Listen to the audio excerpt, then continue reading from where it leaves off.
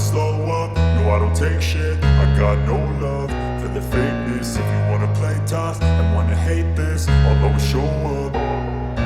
I don't ever slow up, no I don't take shit. I got no love for the fakeness. If you wanna play tough and wanna hate this, I'll always show up and make a statement. I don't ever slow up, no I don't take shit. I got no love for the fakeness. If you wanna play tough and wanna hate this, I'll always show up and make a statement. Everything I do so instinctive and so passionate. Every word I move so descriptive like an adjective. I got a vendetta against people who patented being negative when you should be getting after it.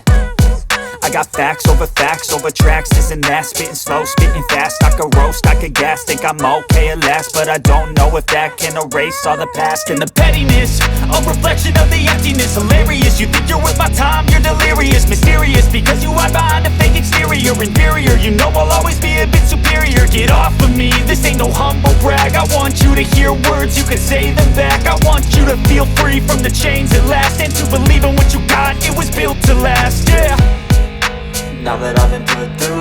Saudara-saudara, kita akan membahas tentang sesuatu yang tampaknya normal, tetapi bisa menjadi tidak normal oleh karena lingkungan, atau sesuatu yang tampaknya tidak normal, tetapi menjadi normal oleh karena lingkungan juga. Ini kasus tentang wawancara Najwa Shihab dengan Ganjar Pranowo, calon presiden dari koalisi PDIP dan P3 yang diusung untuk menjadi calon presiden dalam pemilu 2024. Pada waktu di Universitas Indonesia, Ganjar Pranowo bertanya tentang siapa di antara para mahasiswa yang hadir itu yang membeli LPG melon. Lantas ada komentar yang membuat pro kontra dari seluruh netizen tentang dikatakan oleh Ganjar, Anda miskin ya? Oh, sesuatu yang sangat sensitif diucapkan oleh calon presiden ini, di mana menanyakan tentang melon tetapi di ujungnya ada penyebutan miskin. Ada satu-satunya mahasiswa yang membeli dan angkat tangan pada saat itu. Mungkin ada konteks lain yang dibahas di situ dan dapat menjadi pembelaan diri, namun hal inilah yang menjadi sorotan pada banyak netizen di mana-mana. Yang kedua, pada waktu di Universitas Gadjah Mada, Yogyakarta, yaitu tentang pemikiran Ganjar Pranowo tentang pendidikan, di mana lulusan terbaik, 10 lulusan terbaik dari universitas mestinya menjadi dosen dan tidak mungkin menjadi MC atau jurnalis. Nah, ini betul bagi kalangan MC dan kalangan jurnalis tentu merupakan sebuah penghinaan. Oleh karena setiap orang sebetulnya mempunyai kecerdasan yang berbeda-beda dan pada setiap profesi hanyalah merupakan sebuah pilihan. Bahkan di jurnalis pun dapat memberi yang terbaik sumbangsih untuk kelangsungan akademis, untuk kelangsungan bangsa dan negara yang cerdas. Nah, kelihatannya ini pembahasan yang normal-normal saja kalau disampaikan dengan gurau dan dibahas di warung kopi misalnya. Tetapi ini lain konteksnya. Konteksnya adalah calon presiden menyampaikan gagasannya. Nah, gagasan apa yang diusung oleh calon presiden? Selain Ganjar yang diwawancara juga Prabowo Subianto dan juga Anies Baswedan, dan masing-masing menyampaikan gagasannya. Ternyata dari seorang Ganjar Pranowo, gagasannya berbuntut blunder oleh karena menyampaikan sesuatu yang sensitif dan orang bisa mempunyai pandangan yang berbeda-beda tentang normal atau tidaknya seorang calon presiden mempunyai pemikiran yang demikian.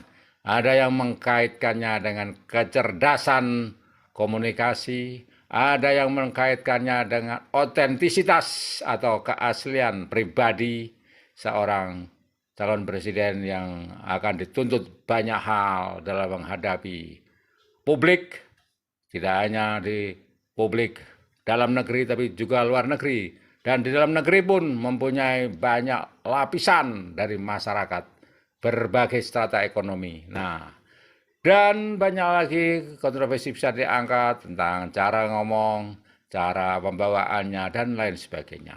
Nah, biasanya dalam ukuran-ukuran yang tertentu terhadap sesuatu hal itu mempunyai patokan-patokan baku yang kita sebut sebagai ukuran-ukuran statistik atau ukuran matematis.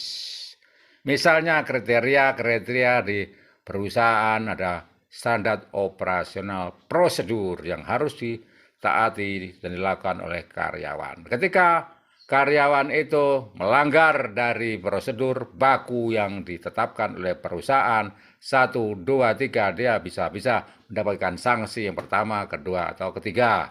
Bila derajat dari pelanggarannya tidak sesuai dengan prosedur. Nah, apakah hal ini akan berlaku juga untuk seorang Ganjar Pranowo yang di dalam ujian sebelum penentuan pendaftaran calon presiden ke KPU resmi diusung oleh PDIP?